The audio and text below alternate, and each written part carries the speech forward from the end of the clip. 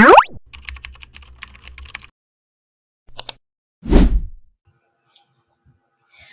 everyone, this is Cheryl Peleño and welcome po sa YouTube channel ko. Pag-uusapan natin today is debit card versus credit card. Lagay po ako ng table dito sa taas para isa-isahin natin kung ano yung pagkakaparehas at pagkakaiba nila. Una sa lahat, ano ba ang debit card at credit card? Madali lang magkaroon ng debit card. Pupunta ka ng bangko, mag-open ka ng savings account, passbook, tatanungin ka ng teller kung gusto mo ba ng with ATM. Tapos kapag pumayag ka, bibigyan ka nila ng debit card. Ang credit card naman ay ini-issue lang ng bank kapag gusto ka nilang pautangin. Mahirap mag-apply sa credit card, pero kung may savings ka na sa bangko or matagal ka nang nagde-deposit sa bangko at may maganda kang credit score, ang bangko mismo ang nag-offer sa'yo. Pre-approved. 2 credit cards ko ang pre-approved. Yung iba, in-apply ko talaga. Punta na tayo sa topic natin. Debit card versus credit card. Hindi literal na cash.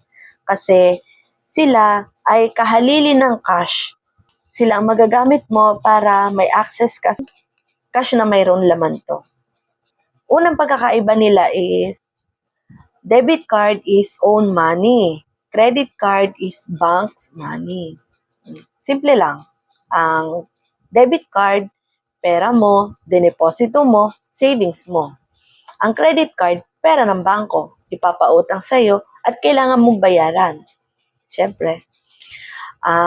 Second is, debit card is buy now, pay now.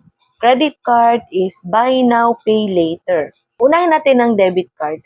Sa debit card, kapag bumili ka, ikakaltas agad sa savings mo, sa balance mo, kaltas agad. Pero ang credit card, pera ng bangko ang gamit mo. Babayaran mo pa lang siya kapag dumating na yung SOA mo. Next is, withdraw, top up, cash in. Alam mo ba na pwede kang mag-withdraw, mag-top up, at mag-cash in sa credit card? Hindi lang sa debit card, pwede rin sa credit card. Ang maganda sa debit card, mababa lang ang fee. Sa same bank, zero fee. Kung mag-withdraw ka sa ibang bank, small fees. 15 pesos, 10 pesos. Sa credit card naman, pwede ka rin ditong mag-withdraw, top up, cash in. Sa credit card, pag nag-withdraw ka, kailangan mo ng cash advance PIN. Ang cash advance PIN ay request or kusang pinapadala ng bank sa'yo. Kung wala ka pa, mag-request ka sa bank or i-check mo yung email mo, yung message mo, baka naman nag-send na sa'yo, hindi mo palang nakikita para makapag-withdraw ka na. Yun nga lang, kapag nag-cash advance ka sa credit card, may mataas na fees. Kadalasan 200 to 300.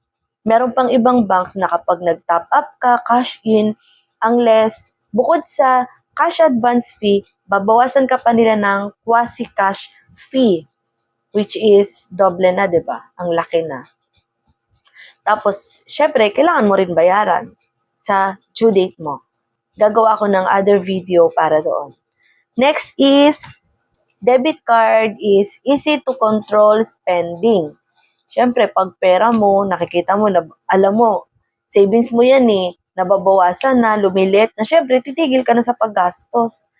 Pero kung credit card, may risk of overspending. Dahil hindi mo pera, parang hindi mo ramdam na nagagamit mo na siya. Ngayon, pag dumating na yung due mo, magugulat ka, ang laki na ng utang mo. Next is, sa debit card, less fraud protection. Sa debit card kasi, pag nagkaroon ng authorized transaction, ang hirap na mabalik. Pera mo na wala na. Pero kapag credit card, dahil pera ng bangko, aasikasuhin nila yan. Pag nagkaroon ka ng fraud transaction, pwedeng ma-reverse. Kaya medyo mas may protection kapag credit card ang gamit. Next is, rewards and cashback. Sa debit card, meron din namang konti, pero hindi madalas. Mas madalas maraming rewards and cashback sa credit card. Cashback na yon, real cash. Pwede mo siya ipambayad sa credit card mo or pwede mo siyang gamitin. Depende sa bank. Next is build credit score. Kapag may credit card ka at ginagamit mo siya ng maayos, ng tama, naalagaan ng iyong credit score.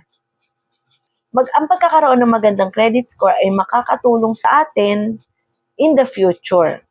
Example, kailangan mo ng house loan, cash loan, car loan, madali ka lang i-approve ng bank kasi maganda ang iyong credit score.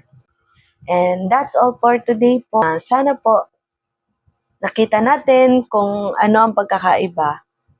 Kung wala ka pang debit card, mag-apply ka na para ma-practice mo na. Tapos sooner or later, magkakaroon ka rin ng credit card. Para sa mga may credit card naman dyan na hanggang ngayon ayaw nyo pang i-activate, baka oras na, pag-isipan yung mabuti. Mag-comment po kayo sa baba, kasagutin po natin yan. Salamat po and God bless. This is Ate She.